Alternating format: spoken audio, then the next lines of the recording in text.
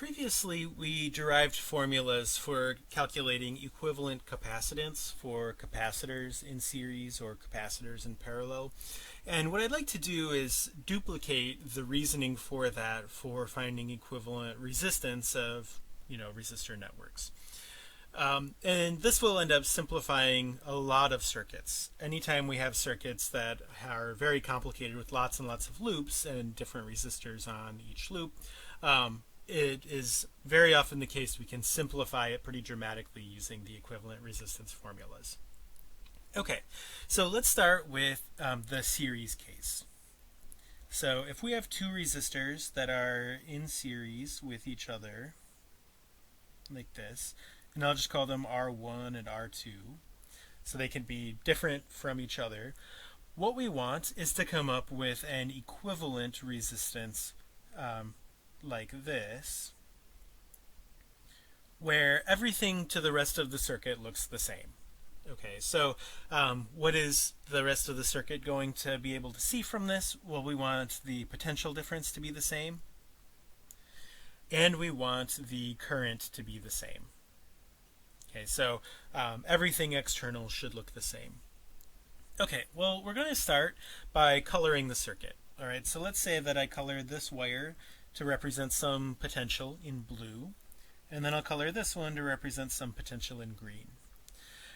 In between, there's going to be some other potential, which I'll color in gray. And then for the equivalent circuit, I'm going to want the same external potentials. So blue on the top and green on the bottom. Okay, so in this case, what I can tell using the reasoning about the electric potentials is that the electric potential, or the potential difference across R1 plus the potential difference across R2 is going to equal the potential difference across the equivalent resistor. So essentially I want to have from blue to gray plus gray to green is the same as from blue to green. Okay, so we have the relationship between the potentials here. This should be a V. What about the currents? Well, I know whatever current goes through this resistor also goes through this one. And since I want the current to be the same for the equivalent resistor, this current will be the same as well.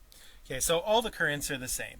I through R1 equals I through R2, which equals I through R3. Okay, so what is the relationship between the resistances then? Well, we want to use Ohm's law. So we're going to plug into our potential equation delta V equals IR for each of these. Okay, so delta VR1 is going to be I times R1 plus delta VR2 is I times R2, which is equal to delta VR equivalent, which is I times R equivalent. And since those currents are the same, R1 plus R2 equals R equivalent. So that's the formula for resistors in series. We can just add together the resistances. Okay, so now let's solve the parallel case. So if we have a parallel set of resistors like this,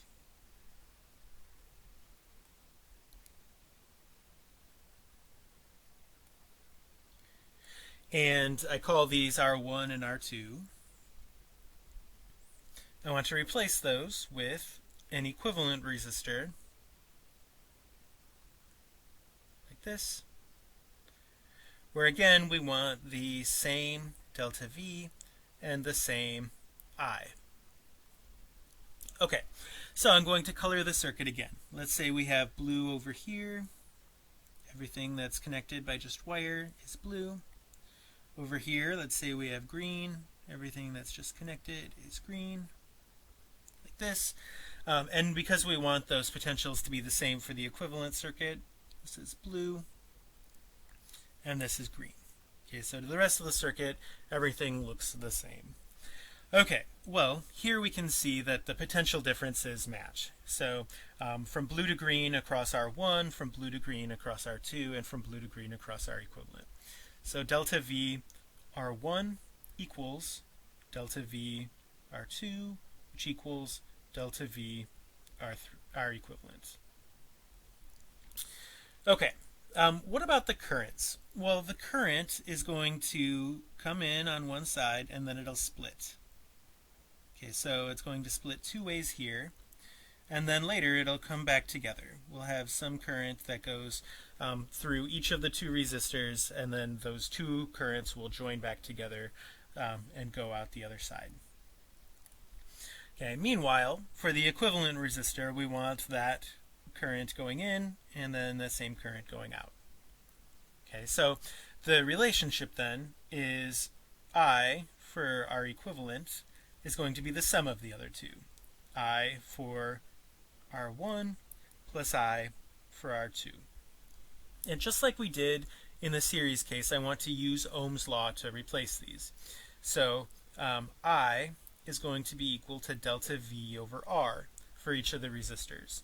So I for the equivalent resistor is delta V over R equivalent, which equals delta V over R1 plus the delta V over R2. All right, and because those delta V's are all the same, if I divide everything by delta V, then I get 1 over R equivalent equals 1 over R1 plus 1 over R2. Now be really careful. Algebraically, you can't simplify this any further. This is the formula for the parallel case. If you take two resistances, R1 and R2, you have to plug them into this formula and solve for R equivalent to find the result that you end up with.